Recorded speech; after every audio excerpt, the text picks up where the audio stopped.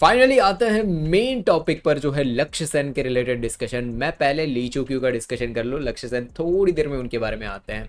ली चुक्यू के बारे में डिस्कशन करें ना, तो ली चुक्यू है, ली चियाहाओ है, देन लिन चुनी है। ये काफ़ी प्लेयर्स हैं जिनके बारे में मैं पूरे 1.5-2 साल से काफ़ी डिस्कशन कर चुका हूँ। कौन सा डिस्कशन पता है आपको?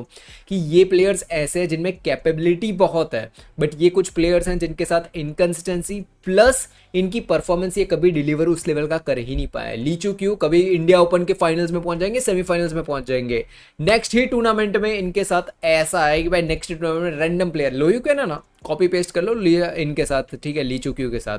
बट एक चीज़ जो ली चुक्यू को डिफरेंट बनाती है वो हेड टू हेड अगेंस्ट लक्ष्य सेन 3-2। 3 बार ली चुक्यू डिफीट कर चुके हैं लक्ष्य सेन को, और 2 ही बार लक्ष्य डिफीट किया है यहाँ पे ली चुक्यू को।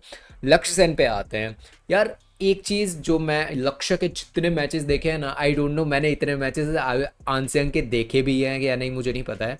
लक्ष्य इज़ द प्लेयर जिनके इतने मैचेस मैंने देख रखे हैं ना, उनमें से सिर्फ एक ही मैच हमेशा मेरे दिमाग में यहाँ पे स्टोर रहती है, जो है कनाडा ओपन फाइनल्स। वो मैच थी जो था पीक लक्ष्य सेन। वो पीक लक्ष्य सेन कभी आया ही नहीं है, ना उससे पहले ना उसके बाद। वो मैच मैं अभी भी रेकमेंड करूंगा, प्लीज़ जाके आना। उनके सामने अपोनेंट कौन थे पता है? ली शी फेंग थे उनके सामने। वो मैच देखोगे ना, आपको आइडिया आएगा कि यार क्या पोटेंशियल है इस बंदे में। 2 साल निकल चुके हैं, मैं 2 साल से एक कॉमन वर्ड बोलता था कि लक्ष्य सेन वो लैम्बोर्गिनी है जो गैराज में ही पड़ी हुई है, बाहर ही नहीं आ रही है भाई। रोज़ कोई सेल लगाता है, चालू करता है, बंद कर देता है, और उसका मतलब ये था कि बंदा भाई पूरा 2025 निकल गया, 2024 काफ़ी टाइम निकल चुका है, वो अपने पोटेंशियल को यूज़ ही नहीं कर पा रहे हैं, ना उस लेवल तक पहुंच पा रहे हैं। 2025 was the worst year, 11 round of 1 exit. But आपको पता है इसमें पॉजिटिव साइन कहाँ निकली?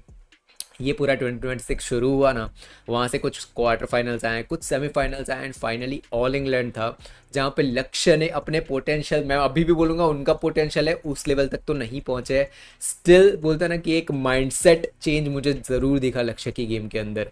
ये एक पॉजिटिव साइन मेरे लिए था, बीइंग अ प्लेयर पर्सन जो हमेशा इंडिया को टॉप रेटेड लेवल पे देखना चाहता है।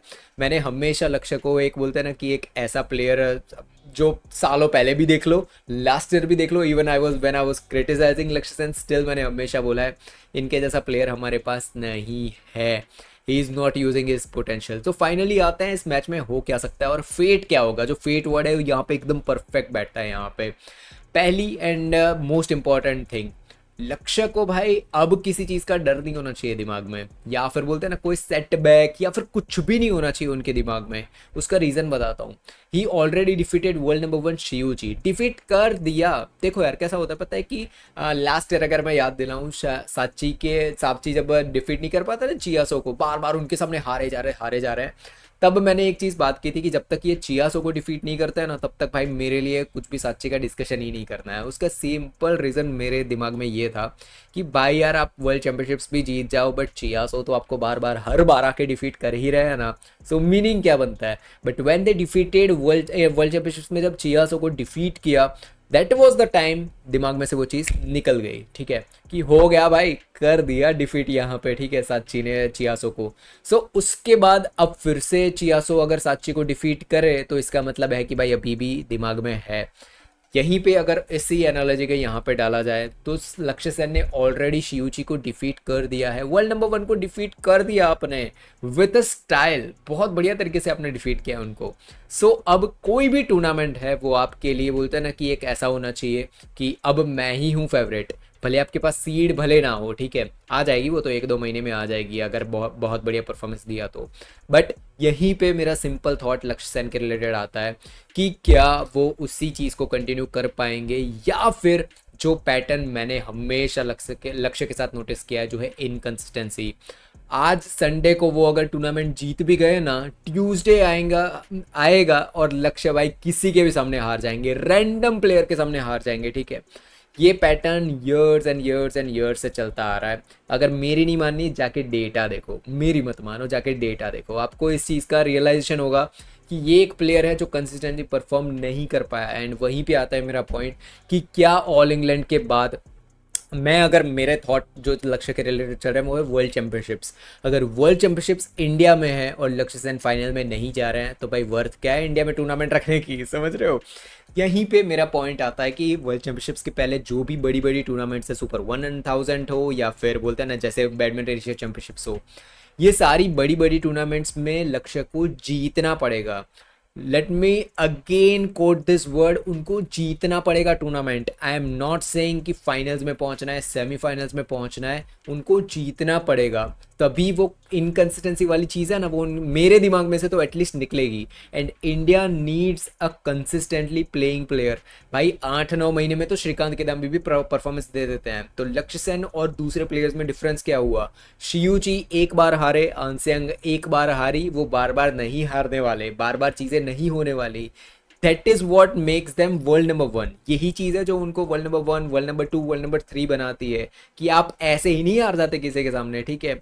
एक बोलते हैं ना प्रेस्टीज होती है, being world number 1, world number 2, world number 3, एक प्रेस्टीज होती है। अगर आप अपने रैंकिंग को जस्टिफाई नहीं कर पा रहे हो, सो भाई थोड़े ही टाइम के अंदर आपकी रैंकिंग नीचे गिरेगी और आप 10 के बाहर भी चले जाओगे, ठीक है। अभी तो रैंकिंग पॉइंट्स है, तो भाई लोग टूर्नामेंट खेल खेल के रैंकिंग पॉइंट्स लेके आ जाते हैं। बट मैं let me come back to the main topic.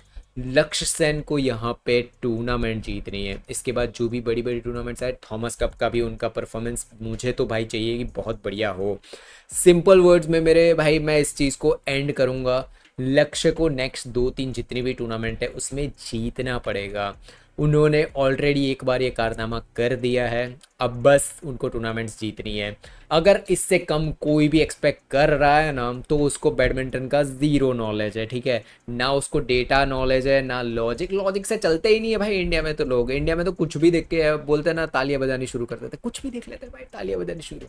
And वहीं पे मेरा इस वीडियो को यहाँ पे एंड करता हूँ कि लक्ष्य सेन अगर बोलते हैं ना कि मैं जिस पैटर्न को देखना, टूटते हुए देखना चाहता हूँ, उस पैटर्न को दिल से मैं चाहता हूँ लक्ष्य सेन इस बार की वर्ल्ड चैंपियनशिप्स में बीइंग द फेवरेट जाए, कि भाई इंडिया में है तो टाइटल तो मेरा ही होगा। जो इंडिया ओपन में बेइज्जती हुई है हमारी, ठीक है, लिटरल बेइज्जती थी, हमारे सारे प्लेयर्स भाई रैंडम हार के गए हैं, ठीक है, इंडिया ओपन में वो बेइज्जती थी। उस चीज़ का बदलाव वर्ल्ड चैंपियनशिप्स फाइनल्स में लक्ष्य सेन को जीत के लेना ही पड़ेगा। इसमें मैंडेटरी है, वहाँ पे कोई बोलते हैं ना स्ट्रिक नहीं है कि भाई ये हो सकता है वो हो सकता है, नहीं, लक्ष्य को जीतना है, दैट्स इट।